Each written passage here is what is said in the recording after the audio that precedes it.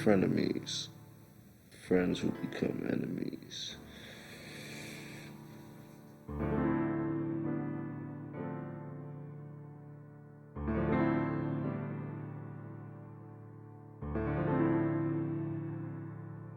Look, son, I took these right here, you know what I'm saying? I took shots for this, you smell me? Know what I mean? I get home and there's problems within the set, so I'm like, what the fuck going on? By the time that 50 Cent shit came into play, whatever was going on between me and Cam was already going on. I couldn't really worry about what people was thinking at that point because I got a career to worry about. And if nobody else is gonna worry about my career, I am. So the moves I make are the moves I make, whether niggas like it or not. Is it that bad? I mean, could y'all have a conversation? For me, it was never bad. It was just, you know, it gets a little deep at times, but it was never no hate or nothing. There's always love. Like, I grew up with that, man. Like, we grew up like brothers amongst anything else. But for the most part, you know, I ain't seen him. I don't know where he be at, so I went to ask a couple questions and things like that. But it seems like I was being avoided on purpose for whatever that reason may be. You know what I mean? But it's a little heart-touching. I'm sitting here watching this shit happen. I'm supposed to be an OG. I can't stop this shit. This shit is killing me. You know what I'm saying? This shit is happening on my watch. And you know why? Because it's not but so much I could say because it happened between me and homeboy. Let's say Jay and I worked out our differences and I was able to prevent all that from happening. I could say, look, I did it, but I can't even say that now.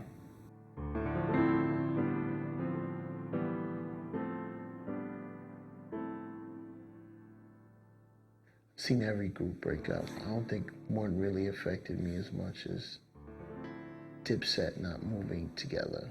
We gotta credit everything to the diplomats and to the hard work and to the sleepless nights and everything that we done and shit like that.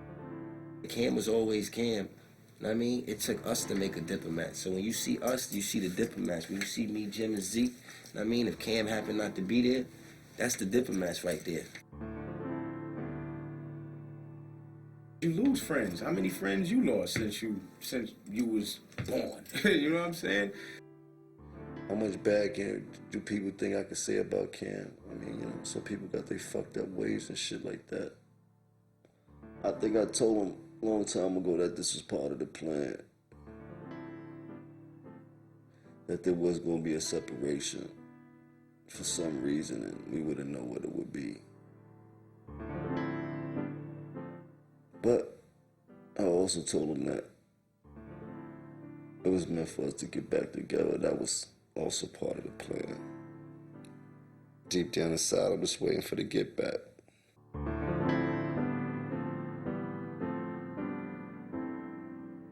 I saw what he was doing for Cam, and I knew if you did it for him, you can do for yourself even better.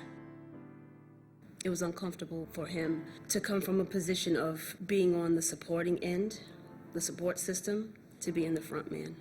It was uncomfortable for him. This is it. Do you. You have to do you. You was the backbone. You did what you did for him. Now do you. Go get yours. Go get yours, boo. Go get yours. I'm very proud of Jimmy. And it's my honor to be able to introduce Jimmy, who's introducing his crew. Jones!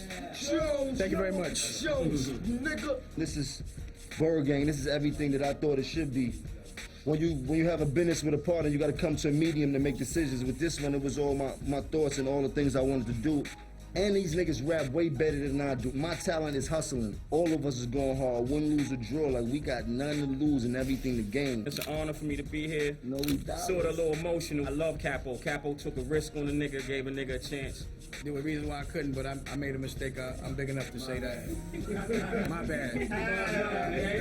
Mike No Ching, he's very famous. He's got all type of accolades. He's got Grammys under his belt. I know him for damn near could do everything that you've seen, imagine, when it comes to music. He's like idiot savant when it comes to this music. Matrix, man. I'm Marvin, man. Bird Gang, man. My name's Sandman, a.k.a.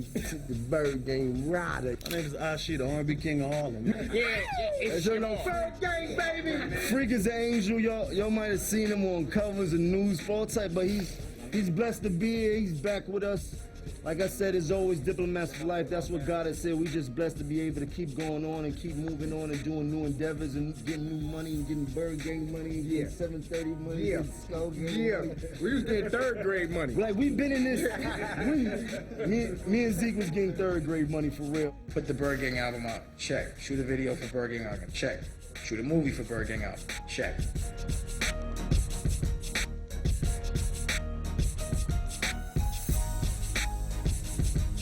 Months. Check. Small day. Exactly. It's a lot of other things going on today, but one thing for sure. What is Two things for certain. Three things that get your head bust open. We mobbing. You dig? We doing a Bird Gang album release party. It's my first time, like, really being on, like, an album that was in stores. You know what I'm saying? So it feels good. They showed me and Jimmy is more than music. They started off on some teenage shit, like, you know, moving together, doing what we had to do to survive in the street. We went through trials and tribulations to make this record, like losing stacks, and then I think each and every one of us went to jail at one point or another doing the albums, you know what I'm saying, creation. You know, sky's the limit when you get a chance to do something legal and you can prosper from it in all different type of ways, but I'm all in, man. I'm mobbing.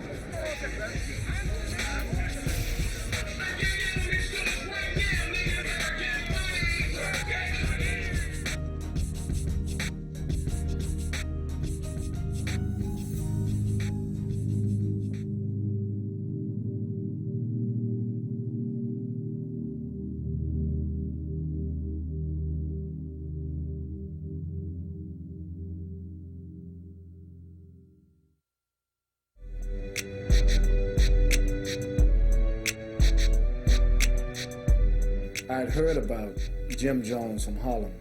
I wanted to meet this young rapper. I have a lot of respect for the rappers who come off the street with a certain, not just street credibility, but with a certain reality. We ended up building a hell of a rapport. That kind of started my conventional way of giving back to the hood. We were preparing for the Houston Hip Hop Summit. You are the most important generation and the most powerful generation this country has ever seen. When you do get to that point where people are listening to you, it's cool to do the right thing. So you have to make sure that you lead by example. I wouldn't ask y'all to do nothing that I wouldn't do myself. When the percentile get real close on making that decision of who goes up in that office, we got that. We the minority, but we really the majority. So hip hop's on the rise, you heard?